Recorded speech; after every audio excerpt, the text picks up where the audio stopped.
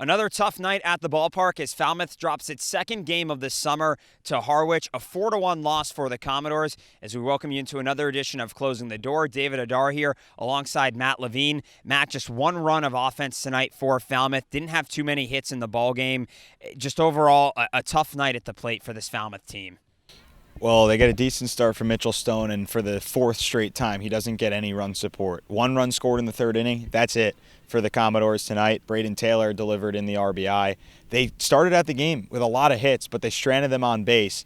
And then towards the end of the game, 15 straight hitters retired to end their offensive night. That's just too tough when you only score one run to have 15 straight guys go down. 9 of them struck out as well. That ended their offense. And just a really good job from this Harwich bullpen with Spencer Geesting and Danny Wilkinson tonight. They were lights out, cruising through their outings, and Falmouth just couldn't catch up to the fastball, and they were ahead on breaking balls. 13 total Commodores struck out at the plate tonight, and with that number, you can see that nearly half the guys struck out versus put balls in play. So when you're not putting balls in play, it's tough to win ball games. And for Falmouth these last couple of nights, things have really kind of slowed up for them. What have you seen kind of summing up the last 2 games for this Falmouth team that has brought them into a brief 2-game losing skid? Couple guys getting deep into counts where they're not comfortable. For example, Michael Kiriali, when he gets deep into counts, he's getting breaking balls thrown at him. And he's a much better hitter when he gets a fastball early in a count. Tonight, they figured him out, though, even more, throwing him breaking balls to start an at-bat, knowing he's probably going to lay off. You get ahead right there, 0-1, with a first-pitch breaking ball on him. Then you can go to whatever you want, and then they mix up a good speed, throw in the fastball, blow it by some of the hitters tonight.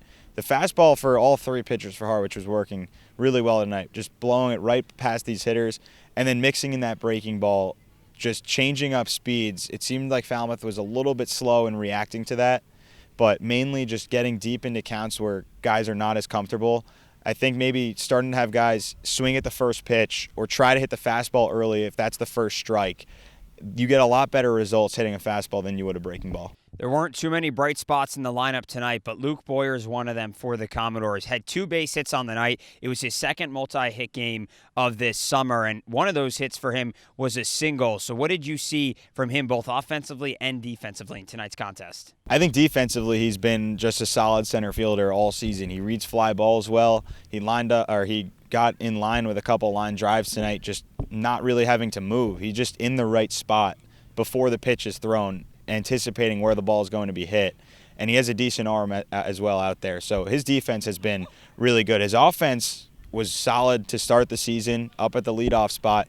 It just slowed down a little bit over the past couple of games.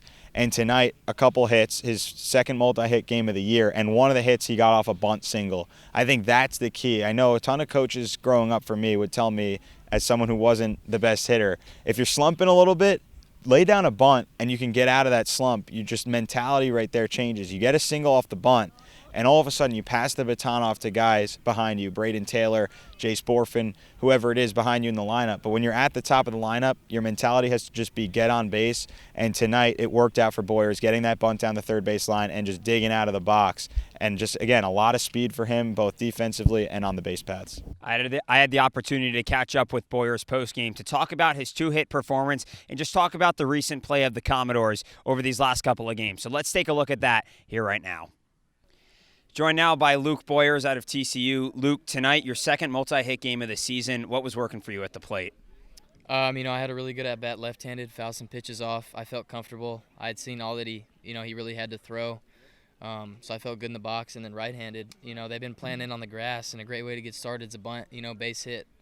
And finally they played off a little bit, so I was happy to get one down. You talk about that bunt. We haven't seen too many bunts from this Falmouth team this season. How much do you guys work on that, and how much experience do you have in bunt positions? So at school we actually pride ourselves in bunting. We bunt quite a bit, and for reasons like that, if you're not hitting too hot, it's an easy way to get a cheap knock and then kind of get things going. And coaches talk about it, and they really want us to kind of start enforcing it a little bit more. Falmouth dropping the game tonight has now lost a couple straight to both Brewster and Harwich. How do you guys respond off of a couple of tough nights of baseball? Well, the good news is we get to play tomorrow. That's the thing about up here. We got a 7-game stretch coming up. We get to play every day. Just got to bring the energy, get some rest tonight, show up tomorrow. All right, well, that does it tonight from White House Field as Falmouth drops it in a 4-1 contest to the Mariners, and we'll be back tomorrow night from Hyannis. Luke, thanks for the time. Appreciate it.